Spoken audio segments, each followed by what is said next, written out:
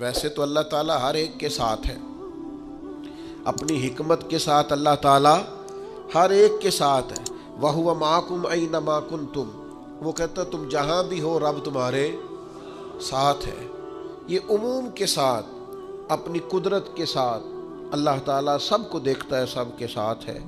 کچھ کے ساتھ ذرا خاص کر کے ساتھ ہے۔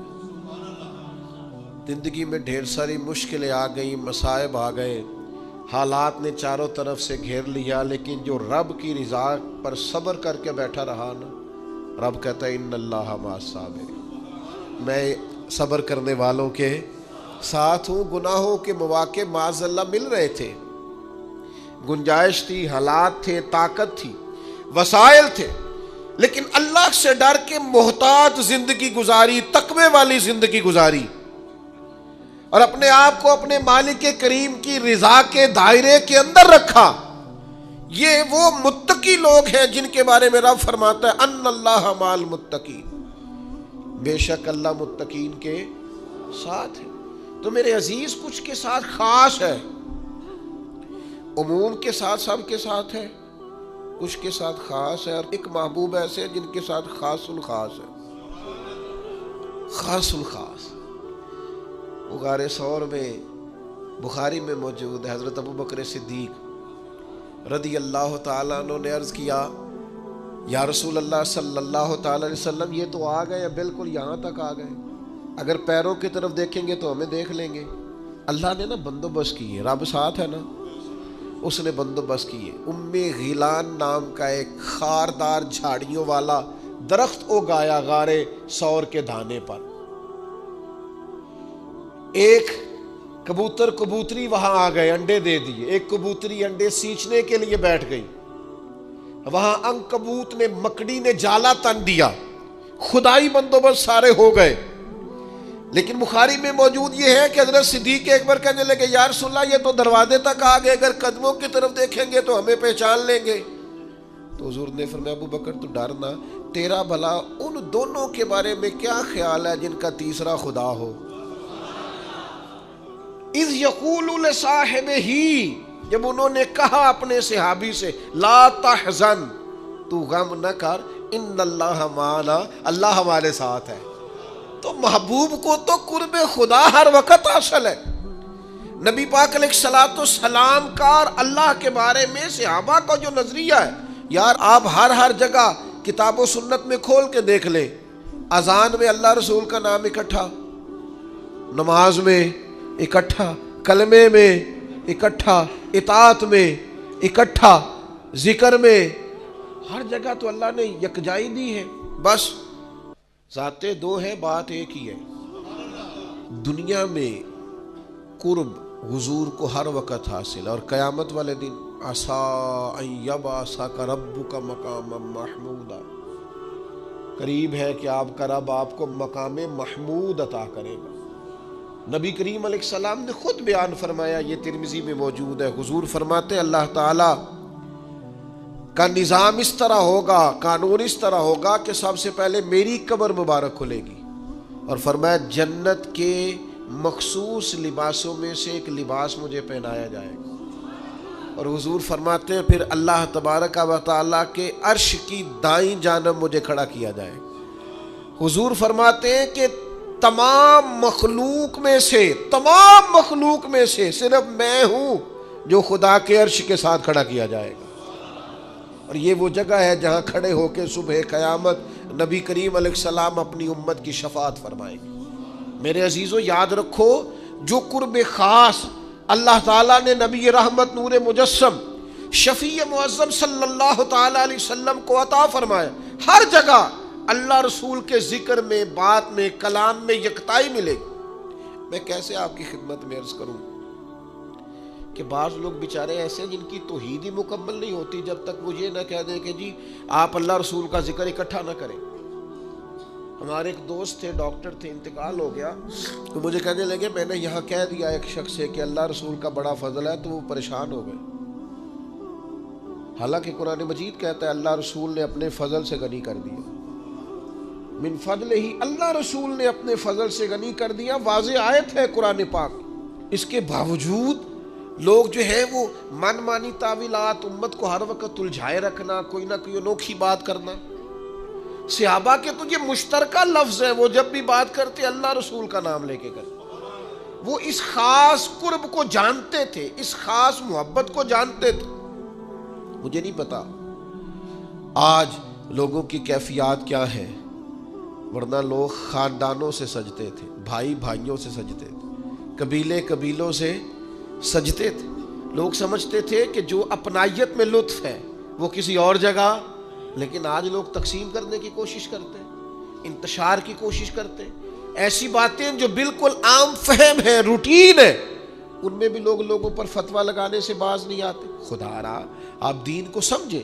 جو ہمارے مزاجوں میں بعض لوگوں نے چیزیں پیدا کر دی، او ہو بڑی جلدی فلاں لفظ نہ استعمال کرنا، یہ تو دائرہ اسلام سے تمہیں نکال دے گا. او میرے بھائی اتنی جلدی پریشان، میں نے خود وہ کتاب دیکھی، خود دیکھی اپنی آنکھوں سے، اور غصہ نہیں آیا، مجھے ترس آتا ہے ایسے لوگوں پر. اس میں لکھا تھا جی ایک تو ہے نا یا اللہ یا رسول اللہ لکھنا، وہ کہنے لگے اللہ لکھ کے نا بالکل اتنا ہی بڑا اس کے سامنے محمد نہیں لکھنا چاہیے.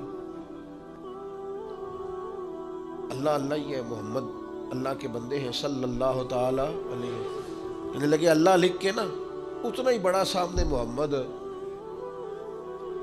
تو جس صاحب نے مجھے وہ کتاب دی، نہ کہا جی یہ کیا لکھا ہوا ہے. میں سفر کر رہا تھا تو میں نے ان سے کہا کہ ماشاءاللہ کچھ لوگ ایسے ہوتے ہیں جن کو نا جیب میں سارا کچھ ہوتا ہے، صرف وہ غور نہیں کرتے، توجہ ان کی جیب میں ہوتا ہے، سارا کچھ پتہ ہوتا ہے ساری بات. میں نے ان سے کہا مجھے یہ بتائیے کہ جب آپ کلمہ پڑھتے ہیں لا الہ الا اللہ محمد الرسول اللہ، تو کبھی کسی جگہ آپ نے معاذ اللہ یہ لکھا ہوا دیکھا ہے کہ لا الہ الا اللہ تک تو لوگوں نے خط بڑا لکھا ہو، اور جہاں محمد رسول اللہ لکھا ہو وہاں تھوڑا سا اس کو چھوٹا کیا؟ کبھی دیکھا ہے آپ نے؟ تو اللہ کے بالکل برابر بئی نہیں، اسی طرح الفاظ کے حساب سے اتنا ہی لکھا ہوتا ہے کہ نہیں جناب محمد صلی اللہ علیہ وسلم کا اسم. پریشانی کیا ہے؟ بلا وجہ الجھنا ہے. ہر چیز مہنگی ہو گئی، شرک سستا ہو گیا. بندہ مسلمان ہوتا کوئی نہیں، چلو ہر جمعے 15-20 بندوں کو کافر تو کرو نا. وہ کسی نے کہا تھا کہ جانے کب مار دے کوئی مجھے کافر کر کے، شہر کا شہر مسلمان بنا بیٹھا ہے. لوگوں کو خیال ہی نہیں آتا کہ آپ خوش عقیدہ لوگوں کو، اور میں درد دل سے بات کر رہا ہوں، میں ایک دفعہ نہیں 100 دفعہ فرقہ واریت پہ لعنت ڈالتا ہوں. ان لوگوں کو توڑتے ہو. میں حرم شریف میں تھا، ایک ضعیف العمر بابا جی، جسم کانپ رہا، اور ان کے کپڑے بتاتے تھے کہ کوئی امیر آدمی نہیں.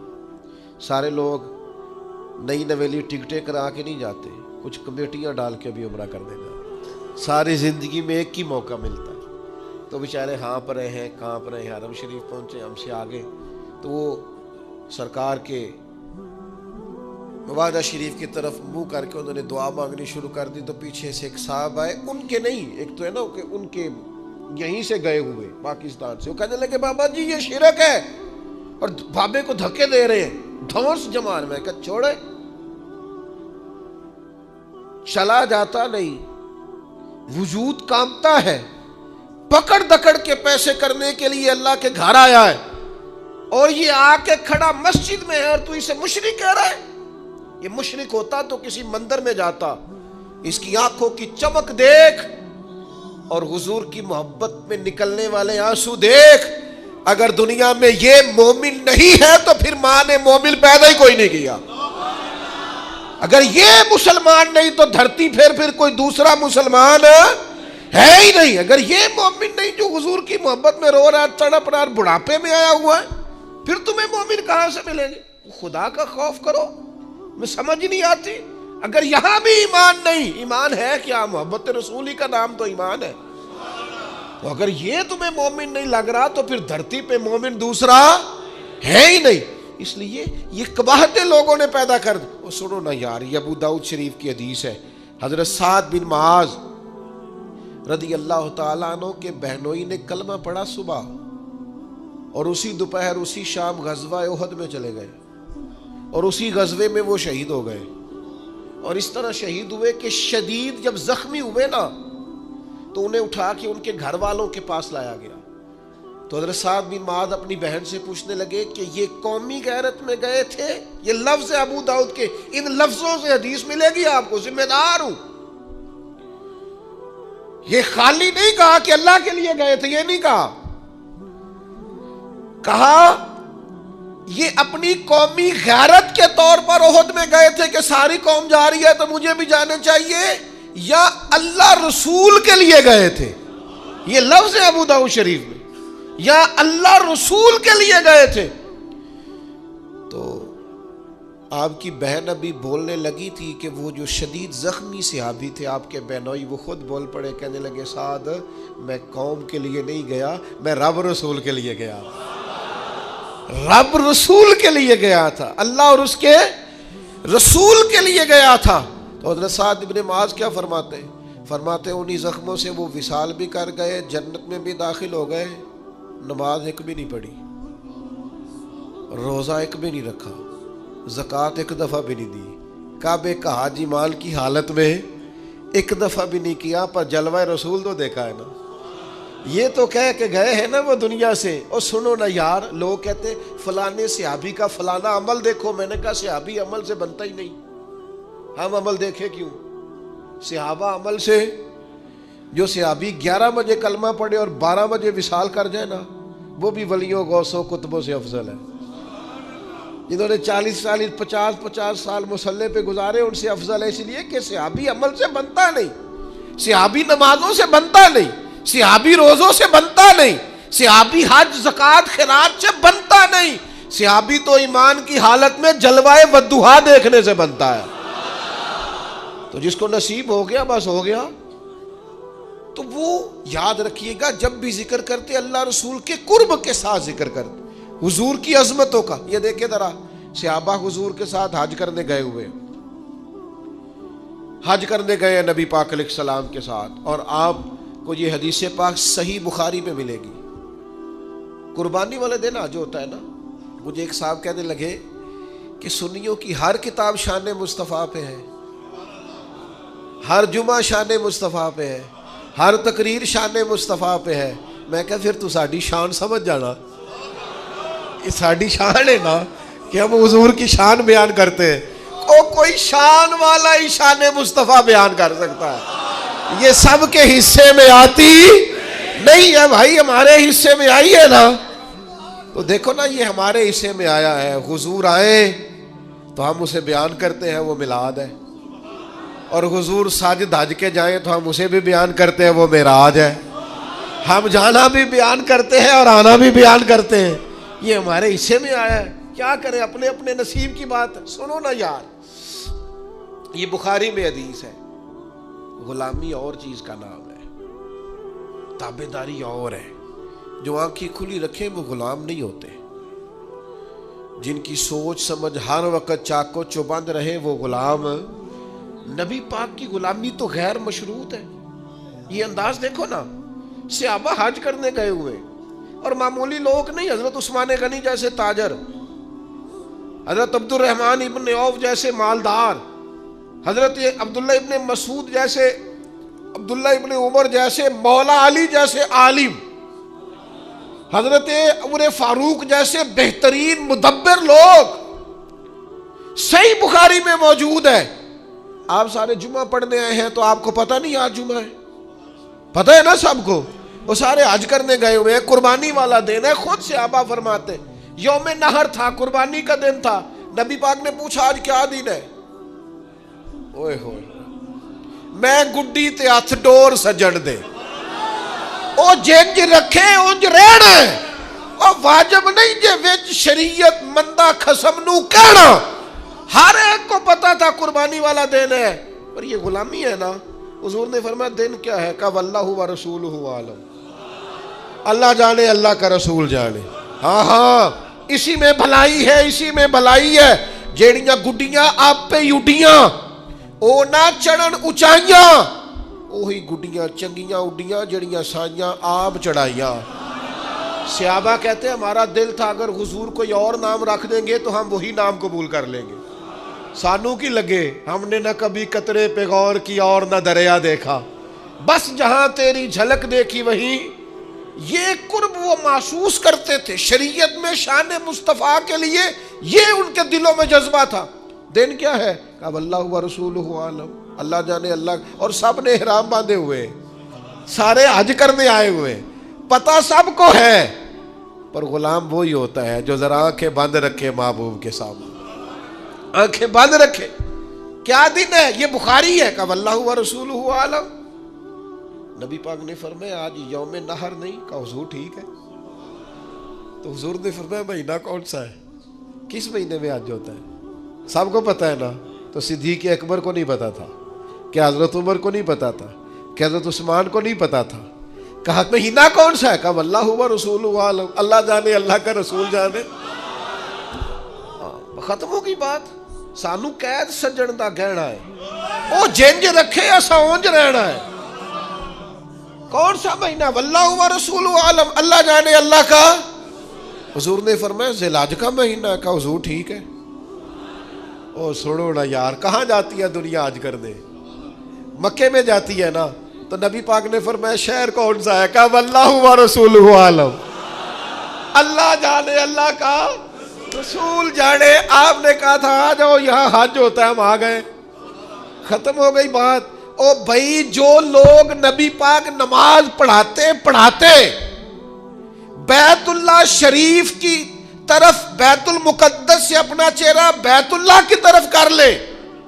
ادھر ہے نا بیت اللہ، ہمارے سمت ادھر ہے نا. یعنی حضور ادھر نماز پڑھا رہے تھے، دوران نماز چہرہ ادھر پھیر لیا. انہوں نے پوچھا ہی نہیں، سوال ہی کوئی نہیں کیا. اس لیے کہ ہمارا کعبہ بیت اللہ نہیں. ہمارے امام کہتے ہیں حاجیوں آؤ شہنشاہ کا روضہ دیکھو. تم کعبہ تو دیکھ چکے، اب کعبے کا بھی کعبہ دیکھو. ہمارا قبلہ وہ ہے جس کو حضور قبلہ کہے، وہ ہمارا قبلہ ہے. فرمایا کون سا شہر ہے؟ کہا اللہ رسول جانے. تو حضور نے فرمایا یہ مکہ نہیں. کہا حضور ٹھیک ہے. اگر یہ حرمت والا شہر مکہ ہے آپ کہہ رہے ہیں، تو لہذا تو پھر اصل تو زبان رسالت مآب ہوئی نا. اصل تو حضور کی زبان ہوئی نا. ساڈے نبی دی زبان ساڈے واسطے قرآن. اور وہ زبان جس کو سب کن کی کنجی کہے، اس کی نافذ حکومت پہ لاکھوں سلام. او میرے بھائیوں، شان رسالت مآب کے بارے میں یہ عقیدے اپنے تازہ رکھو.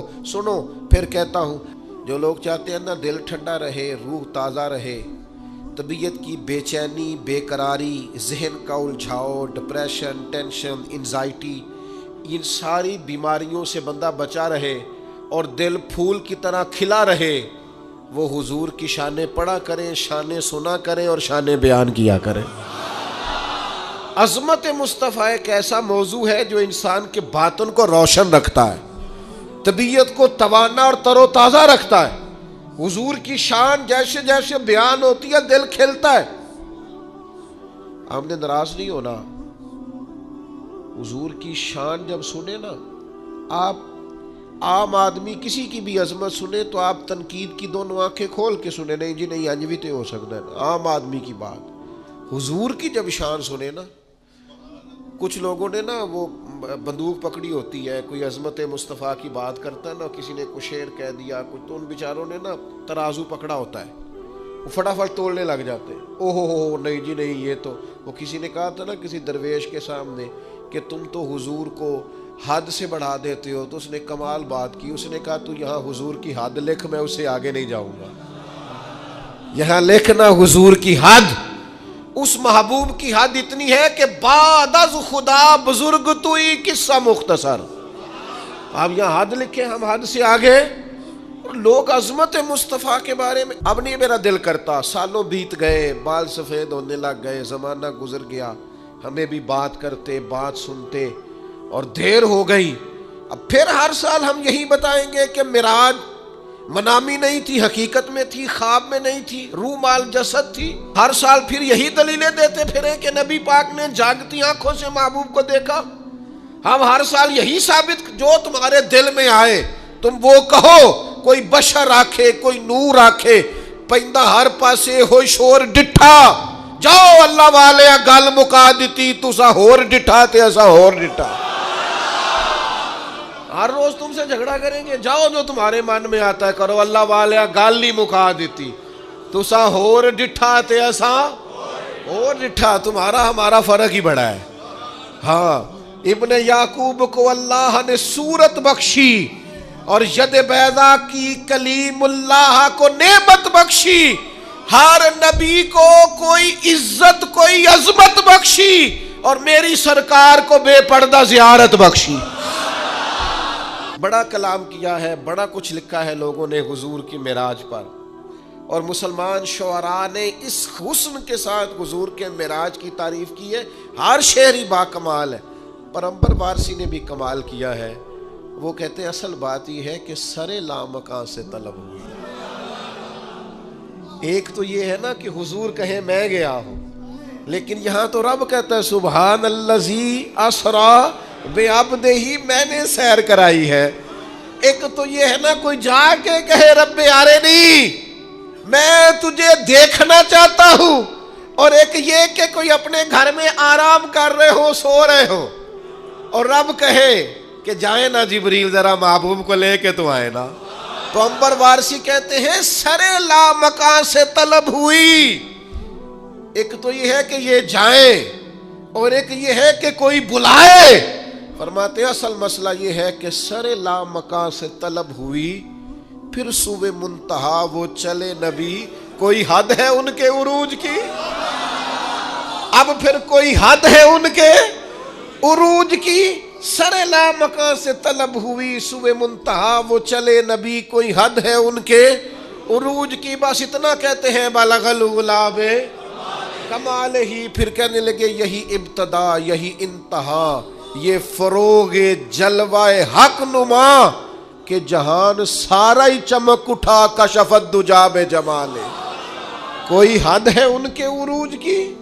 سر لامکان سے طلب ہوئی صوبے منتہا وہ چلے نبی, کوئی حد ہے بھلا ان کے عروج کی. بلغ العلا رخ مصطفیٰ کی یہ روشنی کہ تجلیوں کی ہما ہمی, کہ ہر ایک چیز چمک اٹھی کشفت دجا بے جمال ہی. وہ سرا پر رحمت کبریا کہ ہر ایک پر جن کا کرم ہوا. یہ کلام پاک ہے برملا حسنت جمیع خصال. سر لامکان سے طلب ہوئی صوبے منتہا وہ چلے نبی, کوئی حد ہے ان کے عروج کی. بلغ العلا کمال ہی, یہ کمال خلق محمدی صلی اللہ علیہ وسلم, یہ کمال خلق محمدی کہ ہر ایک پہ چشم کرم رہی. اب اس سے بڑا شعر شاید یہ نہ کہہ سکتے. اور کہنے لگے یہ کمال خلق محمدی کہ ہر ایک پہ چشم کرم رہی, سر حشر بھی نعرہ امتی حسنت جمیع سر لامکان سے طلب ہوئی. سور منتہا وہ او کوئی حد ہے ان کے عروج کی. بلغ العلا وہی حق نگر وہی حق نما, رخ مصطفیٰ ہے وہ آئینہ کہ خدائے پاک نے خود کہا صلو علیہ وآلہ. سر لامکان سے طلب ہوئی صوبے منتہا وہ چلے نبی, کوئی حد ہے ان کے عروج کی. بلغ العلا سبحان اللہ. اور قربان جائیں یہ حد کر دی اس شخص نے بھی بات کرنے کی. کہنے لگے تمہیں پھر بتاؤں لوگوں ہم اتنا حضور کا ذکر کیوں کرتے ہیں. دیکھو نا ہماری بھی تو کمائی, دیکھو نا ہم نے بھی تو کمائی کی ہے نا. ہم سے لوگ پوچھتے ہیں کمائی بتاؤ, تو ہم نے بھی تو کمائی کی ہے نا. میں اپنی حیاتی تو قربان تھی وہاں, ساری محمد پکیندے گزر گئی. ہم نے بھی تو بھائی کوئی کمائی کی ہے نا. تو کیا کہتے ہیں عنبر وارثی, کہتے ہیں میرا دین عنبر وارثی, میرا دین عنبر وارثی. سنو میرا مذہب, میرا عقیدہ, میرا نظریہ, میری سوچ, میرا دین عنبر وارثی بخدا ہے عشق محمدی اور میرا ذکر و فکر ہے بس یہی صلو علیہ وآلہ. سر لامکاں سے سوئے منتہا وہ چلے نبی. کوئی حد ہے ان کے عروج؟ بھلا کوئی حد ہے؟ باقی وہ میں نے کہہ دیا ہے، اب ہم کوئی بحث نہیں کرتے. ہم کسی اور اللہ والے گل نہیں مکا دیتی. تسا ہور ڈٹھا تے اسا ہور ڈٹھا. ہمارا اور تمہارا دیکھنا اور سمجھنا یہ فرق رکھتا ہے. اگر چاہتے ہو نا یہ ڈپریشن سے، ٹینشن سے، میں آپ کو اپنی بات بتاتا ہوں، چھوٹا آدمی ہوں، کوئی تجربہ آپ کی خدمت میں عرض کروں گا تو دیانتداری سے ہی عرض کروں گا. جب زیادہ دل بے چین ہو جائے نا تو نبی پاک کی عظمت کی نعت سنا کرو، حضور کی شان کی بات سنا کرو. اپنے آپ کو سمجھا کے کہا کرو آ میرے دل آمنہ کے لال کی باتیں کرے، آ میرے دل آمنہ کے لال کی باتیں کرے، چہرہ والشمس کے اجلال کی باتیں کرے. اور اگر اللہ موقع دے اور وقت ایسا لائے کہ انسان بیٹھا مدینے میں ہو اور سامنے گنبد خضرا ہو، پھر تو راتیں بھی مدینے کی اور باتیں بھی مدینے کی. جینے میں یہ جینا ہے، کیا بات ہے جینے کی. پھر یہ کمال انسان. تو اگر تازہ دم رہنا چاہتے ہو تو عظمت رسالت مآب، شان رسالت مآب، اس کو اپنے ذہن میں بٹھائیں. یہ جو آپ کو بخیل بخیل مزاج لوگ نظر آتے ہیں نا، کہتے اتنا بیان کرو، اتنا نہ کرو، اتنا بیان. میں کہ تو کدی مینوں مل سہی، تو کدی مینوں مل سہی، میں تینوں دساں. یہ تے پوچھو انہاں نوں جنہاں پیتی آ، پھر انہاں تے کی بیتی آ. جنات وچکارے ہی توڑ دیتی، جئی نیتی جئی نہ نیتی آ. تمہیں کیا پتا عظمت رسالت مآب. حاجی صادق صاحب فرمایا کرتے تھے یہ پوچھنی ہو تو امام احمد رضا سے پوچھا کرو، شان مدینے والے دی تے زبان بریلی والے دی. وہ سرور کشور رسالت جو عرش پر جلوہ گر ہوئے تھے، نئے نویلے طرب کے ساما